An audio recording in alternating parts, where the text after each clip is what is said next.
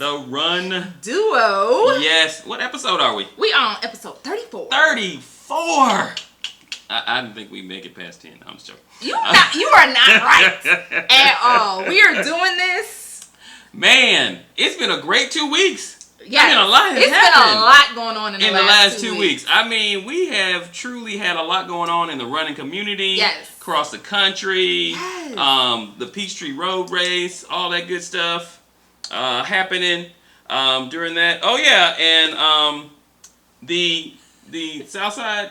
Yes, Okay, I wanted to make sure you mentioned that. I'm sorry, yeah. I was writing writing him notes like, oh, don't forget to mention that. Yes. Sorry, yes. So yeah, they let's just start with that then. Yes. Jerome Scales, who unfortunately passed away. What's it been, 2-3 weeks now? Yes, it has been about 3 weeks. I guess we talked about it on our last episode. Yeah. He passed from cancer, and was a very good runner and ATC ambassador. Not ambassador. He's on the board for Atlanta Track Club. Mm-hmm. Get it together, India. And the Atlanta Track Club. Yes. And they announced it right before the Peachtree. Yes, they did. There is a race here. It's a 12K, right? The Southside 12K. Southside 12K. And it's part of their what is that? Their runs that are not just for members, but they're free to members to run in. They do the Grand Prix. Yes. It's part of the Grand Prix, mm-hmm. and they're changing the name to. Is it just a Jerome Scales, or did you find out the actual name? Jerome Scales Southside 12K, I think, is what it is now. I think mm-hmm. they're still working on kind of fully changing it over to his name. Yes. So I think that is amazing, and they're gonna have a nice group of people to turn out to this year's race. So I definitely know I'm gonna go out there. Yeah, they're commemorating it for him, and it's going to be his race now, and it's just amazing, and it just shows the level of support in Atlanta Track Club. I would say stepped up. That's exactly what I was about to say. They have stepped up for sure, but it also shows you what Jerome's legacy and what he has left and what he was doing while he was here with us is that he's really doing what he needs to do and doing what he needed to do to be an awesome just person in the community, and he's being represented because of that. Exactly, and I mean, because actually I'd seen some people going back and forth. This has nothing to do with Jerome, but they were going back and forth about actually the New York City's Club Roadrunners. They're New York Roadrunners. Uh-huh. And now the Roadrunners, they have a race in honor of Corbett. Is that who is it? Mm-hmm. Ted Corbett? Mm-hmm. Because he used to be their president. Right. And they were going back and forth saying, well, New York Roadrunners don't do enough for African Americans, da da da. Mm-hmm. And I was thinking to myself, well, you got a race called, Ted Corbett, whatever. And I didn't, at one time I didn't know he actually had been their president. So I was like, oh, that's really cool. They got the race after him. But then when I found out, I was like, okay, that makes a whole lot of sense. It makes a lot of sense. So this is kind of the same thing to me that the Atlanta Track Club is doing. They're naming a race after someone who had contributed to their organization. Yeah, contributed to their organization and just shed a light on so many individuals and did well with the Atlanta Track Club as well. And I think it says a lot. It says a lot for Atlanta Track Club, and it says a lot for the Atlanta running community. Exactly. So thank you very much, yes, ATC. Thank you. I mean, I'm sure his family truly appreciates it. I know I'm going to be out there to run it. I'm a member every year, so I haven't been to that one, so it'll be nice to go out and check that one out. I'm sure their enrollment or the amount of runners in that race is going to go up quite a bit. It's going to be ridiculous next year. And exactly. I know that his daughter right now has a link to order some shirts with his name on it and stuff. Oh, really? I'll pass that over. But yes, so you can order a shirt, his 1 mile at a time shirt, and some information on the back with his name and stuff. So okay, well, definitely. Cool. I did see a few people with I had the bibs. The bib. I had the bib on my back, but I did see some J's as well. Yes. So that was really cool. In the Peachtree Road Race, they had actually. Now, was that done by the ATC, or was it somebody just from the ATC that put it together? So ATC basically helped out and expedited the ability to get it done so quickly, because it literally was within a week of him passing. Yeah. One of his friends that was on the board with ATC thought of the idea, posted a Facebook group to have bibs that were commemorative bibs for Jerome, and basically they linked up with Atlanta Track Club to be able to have the table at the expo, as well as expediting the ability to have the bibs incentives and also for it to not be a cost. So ATC, of course, stepped in to help out with care of that. Yeah, I had mine on. I sold quite a few bibs, and then, like I said, I saw some J's. Yeah, I had two people actually come up to me while at the Peachtree asking me. One guy asked me who Jerome was, and I gave him an explanation, a very eloquent explanation as to who Jerome Scales was. Yeah. And then another young lady said that she was like, "Are you a part of Southside?" You know, she was asking me about that and South Fulton Running Partners, and I just explained kind of my time with Jerome and everything, and she gave her condolences. So I appreciate everybody that has stepped up, has said something, and that continues his legacy. So it's going to continue. Great. So that's good news to start off. Now, we're talking about Peachtree, so we got to talk about We might as well roll right into Peachtree. Right into Peachtree. Peachtree Road Race, for those of you who do not live in Atlanta, it's our New York Marathon. It's like our big race here in Atlanta. Yes. That, you know, it's I have a few races that, okay, I got to run it. If I'm in shape, not in shape, doesn't matter. I got to run this race. This was my 10th. This was what for you? 12. This is your 12th. Yes. That's kind of how this race is. Yeah. Because I don't think either one of us were probably in the running community when we first started. We just started running the race. So I ran it so Peachtree Road Race was my very first race ever. So I skipped the 5K. And I ran right to a 10K, which ended up being the world's largest 10K, the Peachtree Road Race is. And so that's just been my race that I do every single year. I think it's only been 1 year that I haven't run it. Yeah. And I haven't, well, since I started, I haven't missed it. I ain't gonna lie, the first one I bought it off of somebody because I didn't know what I was doing, and then ever since then though, I've always gotten my number the right way. But yeah, it was actually, you know what, it wasn't as hot to me as it had been. Bro, what? Where were you at? Okay, listen. What do you mean where were you? What time did you start? You didn't let me finish. So I started at 7:35. Okay. I was in Corral H. Okay. Now, I will say it was not the blazing Atlanta sun beaming over us hot. It was not that, but the humidity was high, and I think that's what people underestimate. Yeah. So from my walk from the MARTA station, from my car to the MARTA station, I was sweating, and I already knew what kind of day it was going to be. I was like, oh no, I'm going to be chilling on this day. So it wasn't until my mile 5 that the actual sun came out and was blazing and was beaming down. But prior to that, it wasn't overcast, but it was very humid. So I was sweating a lot. Yeah. Well, now, I mean, I didn't really run, so that might be why. Listen, so if y'all don't follow Tommy on his social media, please go follow him, or at least go look at his page. He has a awesome GoPro video of the Peachtree. All he doing is drinking. Actually, all he's doing is drinking beer. If you don't watch Almost Live, go to the Almost Live, the YouTube page, our channel, the Run Duo YouTube channel. Well. I posted it there as well, so you can kind of see it. Please. But I mean, this is the thing. I was like, okay. Because I have gone to that race and not been in shape and still tried to run it. Like, you still struggling up the hills and it's hot and humid. And I was like, man, I'm in E. Yeah. I'm just going to chill. But let me tell you this. So I think that out of my 12 years of running, this was my first year that I actually was like, you know what? F this. Like, I was like, I am chilling. Like, I literally am chilling. Like, in my mind, I was like, I'm going to warm walk this thing. I stopped and talked to some people that I knew. Yeah. Like, I walked with this dude named Zay. I walked with him for like a half a mile. Like, we literally were like talking and chilling. And I was shaking hands, high fives. I didn't get any beer on the way because I'm not a beer person. But like, I literally felt like this was the first year that I was actually able to really soak it up, enjoy it, and see it. And it was good.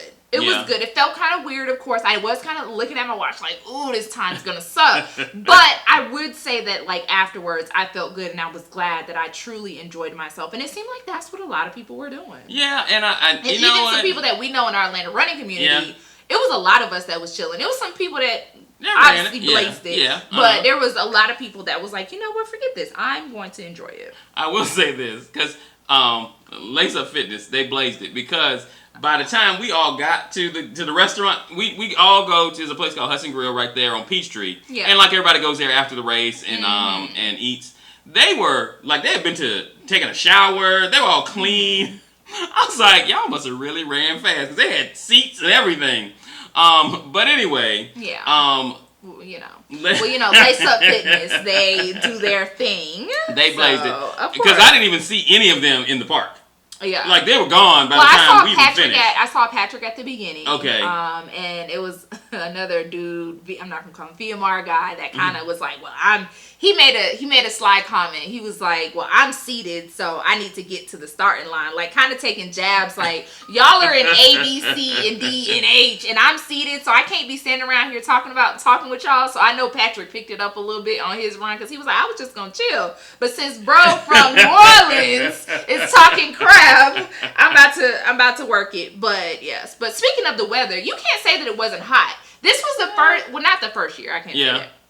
Definitely not the first year. But on Wednesday before the race, Atlanta Track Club had announced that the weather alert was already on yellow. Okay. And then the morning of the race, it switched over to red. And that just basically means there's different calibers of heat, humidity that we need to be careful with. The Atlanta Track Club director, he was basically like, this is not a day to be trying to PR. Like, it's very humid out here. I want everybody to be careful. So it was switched to red once we were done. It switched to red around 9 o'clock. So wherever you were on the course around 9 o'clock. So red means it's high advisory, like really, really be careful. So but it was just a good time. I mean, I guess it was overcast, and like I said, I didn't really run hard. I just kind of chilled and ran and videoed people and, you know, drank beer and had Jello shots. So let me ask you this, since you say that you remember. So along the course, and of course this was the 50th anniversary of the Peachtree Road Race. Along the course, they had 70s music, they had 80s music, and they had 90s music and 2000s music because of the years of the Peachtree Road Race. Now, at the beginning, they had different chorales. They were given different music. Do you remember the music that your chorale started off with? You know what? I do not. It was they had. I wasn't paying attention. So I think they were on the 2000s for me when my chorale started, and it was "Who Let the Dogs Out," and of course all the UGA people were like barking and shit. And I was like, but yeah. So I do remember that, and I enjoyed hearing the music along the route from the different times. Yeah, I thought that was interesting and a different like touch that they gave to the race. It definitely was. Because I did see, because I filmed a lot of the bands, but it just, you know, since I wasn't playing music on the video, I just didn't put it in there. But I filmed a lot of them as I went past. So it was fun. You know, I actually walked Cardiac Hill and filmed all the Shepherd Center and that's always people. It warms my heart. Like to run past or walk past the Shepherd Center to see a lot of individuals that are disabled out in their wheelchairs and walkers and canes out there cheering us on. And if you look at the Shepherd Center, you will see people that can't come outside. You can see them. They have postings in the window saying, "Good job, keep going." That is always something that is always memorable for me. So. Yeah, so it's a. I mean, it really made me understand kind of why, you know, the Peachtree Road Race, because it's not really set up for the serious runner. Yes, there's sub-seeds, there's A, there's B, and all that. But it's like that. But honestly, it's more for the other. It's a family-friendly run-walk race. Out of the 60,000, there may be 1,000 people that actually are serious. Maybe you know, 2,000. Maybe 2,000. But the rest of them is families hanging out, having a good time. It's a big group. You know, this is a race that a lot of people they train all year just for this race, and once it's done, they stop training. That was my story for the first 8, 9, 10, 5 years of running the Peachtree. They actually were elites that ran it, so we got some records that were broken, right? We have 4 different records that were broken. So the wheelchair women record was broken by Manula Scar, and she ran it in. She used her wheelchair. She did not run it. She did her wheelchair race. She won it in 21:28. So she broke the record. Wheelchair men, Daniel, also won it in 18:11. And then, of course, overall women, Bridget Koski, which we've heard her name several times.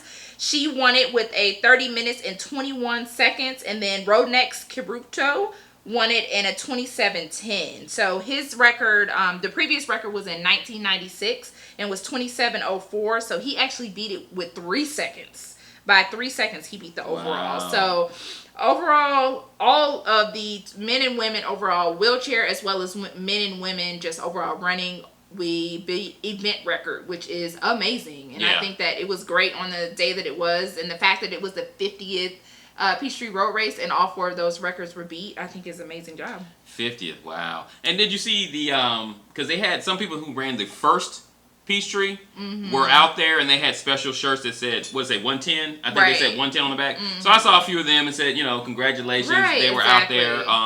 running for the 50th. Because I think that's who started My Wave was the winner of the first one.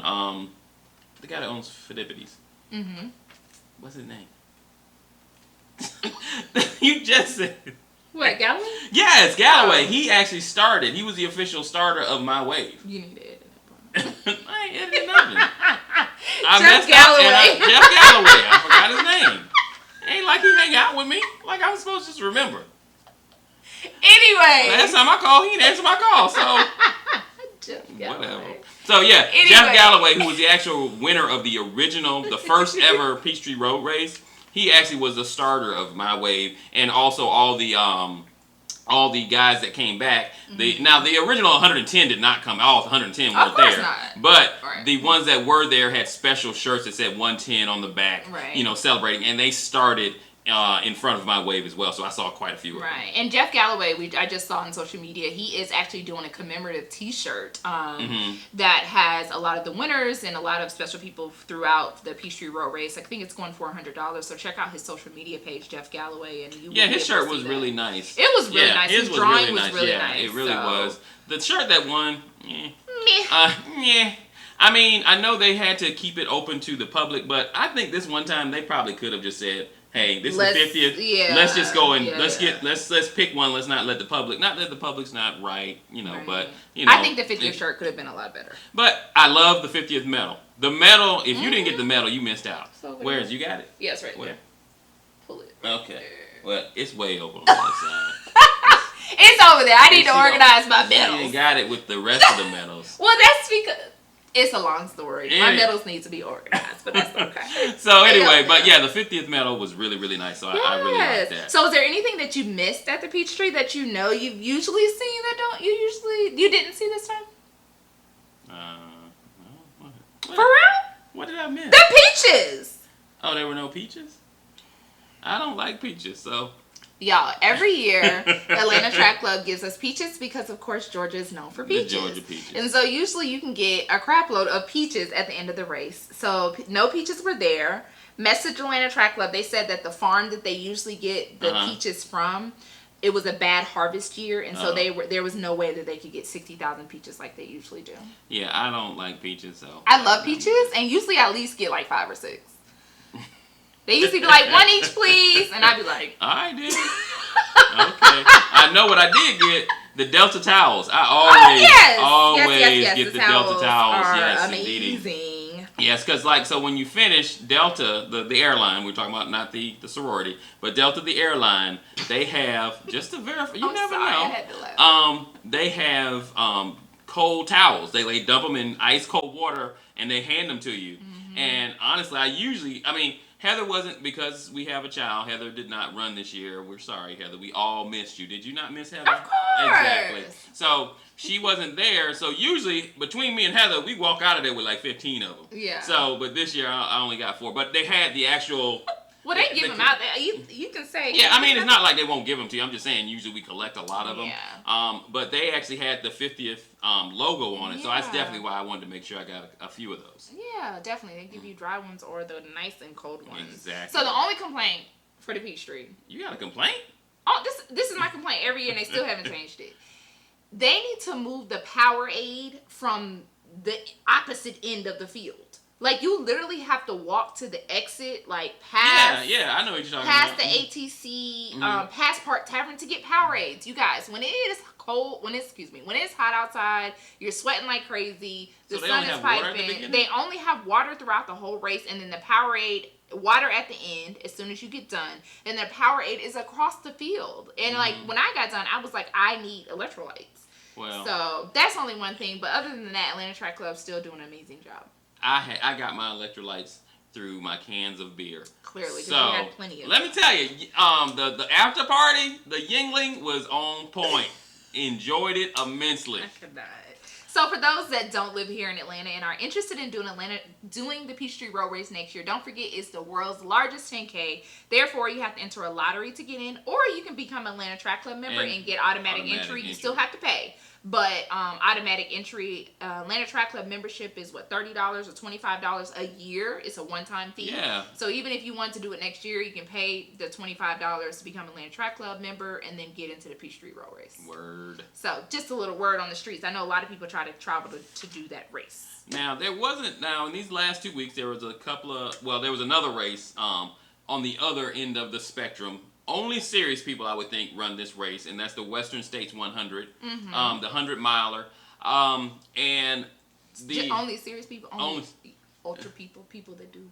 Well, ultra running. I mean, do you think people leisurely run 100 miles? I would think I would think no. You're not calling up. Talking about serious people. There's serious people that don't run 100 miles.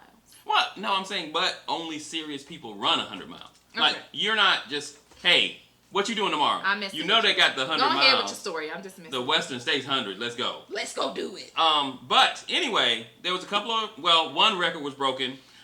Jim Wamsley, I think is how you pronounce his name. He ran the 100 miles in 14 hours, 9 minutes, and 28 seconds, breaking the record he had set last year by 20 minutes. 20 minutes? 20 minutes. Yo, that's crazy. That is. And then Claire Gallagher, she actually, the first female, she ran the second fastest time for a female in 17 hours, 23 minutes, and 25 seconds. Could you imagine running 14 minutes and 17 minutes plus nonstop? Could you imagine? I mean, I couldn't imagine running 100 miles. I couldn't either. Dude, no. I'd now, be dying at 22. I've watched a couple of videos that they don't have any videos that actually follow the elites I've seen, but I did watch a video that REI sponsored, just showing this guy running the 100 mile. I don't know if it was the Western States 100, but they stop, they eat. They have to. Yeah, they recover, that kind of thing. And they eat like random stuff too. Like it'd be whole meals. Yeah, exactly. That they have to ingest in order to get obviously the carbs and the food, like the energy in order to do it. They're not snacking on oranges and things like that. They're getting whole meals and then continue running. So. And they don't run the whole time, as in even on the course. Like you see some with the ski poles. Yeah, they're moving. They're moving, but they're not actually maybe jogging. Even at a jogging pace, they're at a walking pace a lot of time. But I thought that was pretty cool. You're breaking records. I mean, I guess to me, because it's one thing. Okay, when you're trying to set a PR running a half marathon or a full marathon or a marathon, you can kind of space in your mind. Okay, I need to do this much for every mile, and I need to do this. Can you imagine trying to run a PR over 100 miles? I mean, it just seems like it's just such a large task to try to verify that, okay, by the time I get to 100 miles, I'm going to beat my last time. I think that's much can happen. It is. I think it's a different mindset that you have to be an ultra runner. It's just like a different mindset to be a triathlete. Yeah. I think that to break down, like you said, 100. Excuse me. I'm not editing that either. No. Excuse me, guys, if y'all heard that. To break down, I'm so sorry. I think this is why people love us. We're not editing that. Sorry, excuse me. To break down 100 miles is a lot, and being able to wrap your mind around running that amount of time into like you said, to PR, I think it's amazing. Yeah, it's definitely amazing. Definitely amazing. So I just thought I would mention it. We don't talk a lot about ultras. We've interviewed a couple of ultra. Yeah, a couple of ultras, a couple of triathletes. Yeah, it's not our world, but I think that it's amazing because it still is running. Yeah. And it is still something that it's just a different avenue of running, and most of those people started where we are and have ventured into ultras and have ventured into being a triathlete. Maybe a 50 miler. I might. You said you was gonna do it. You said that some episodes ago that you was gonna do it for your 50 something. Well, I mean, I'm over 50 now, so it don't really matter. Well, go and do it. While we're talking about records, because obviously that's... And we're talking about being old. I was trying to skip over that, but he keep talking. We talking about records and age. I scratched my head and was trying to move forward. That goes directly into what we're about to talk about now. You're right. You're right. Records and age. So Bernard Lagat set the U.S. Masters Marathon record at the age of 44. There it is. There it is. It is only his second time running the marathon distance, 26.2 miles. And he ran the Gold Coast Marathon in Australia at a 2:12:10. Can you believe that? Wow. 2:12:10, which is approximately a 5-minute and 10-second pace for 26.2 miles. I mean, that's pretty amazing. And he beat Meb's record by 10 seconds. Wow, he took Meb down. Mm-hmm. Meb is a beloved hero in America. I know. Yeah, Meb ran 2:12:20 in Olympic trials in 2016. So he took Meb down then. So of course Bernard Lagat, I think a lot of people weren't really looking at him to do that because this is only his second marathon. He ran New York City and he shaved he ran New York City 2018 and he shaved 5 minutes off of his New York City time. So he did New York in 2:17:20. So wow. he shaved 5 minutes off of his time within some months. Yeah, and I mean, I assume he's probably going to get faster. I assume he is. He's going to, if he continues to train the marathon.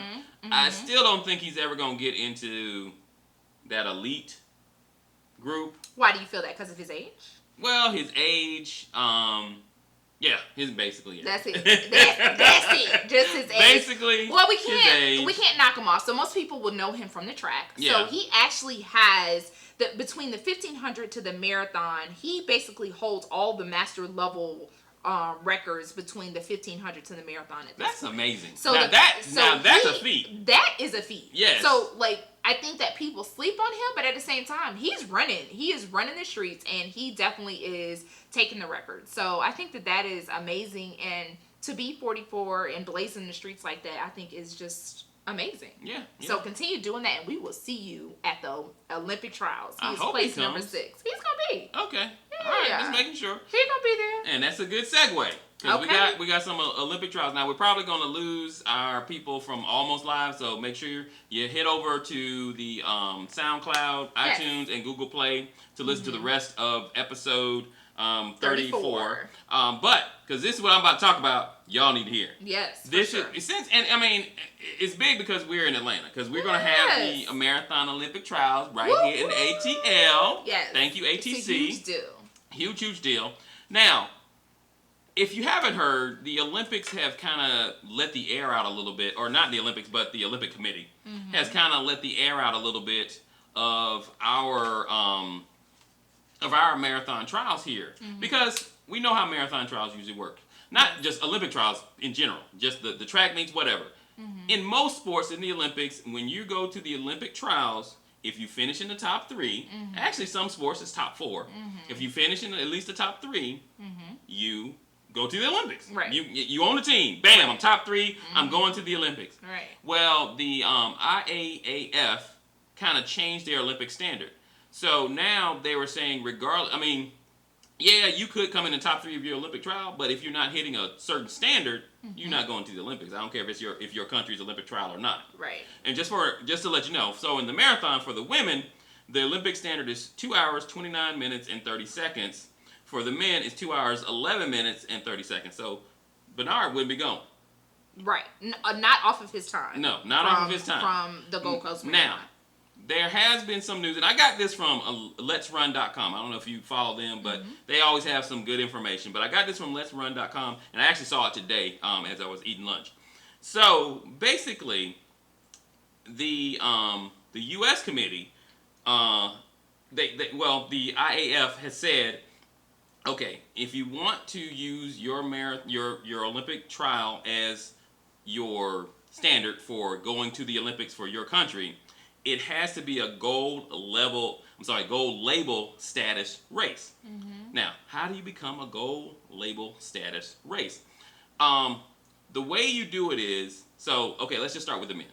If it's a men's race, you have to have 6 athletes that are gold label status.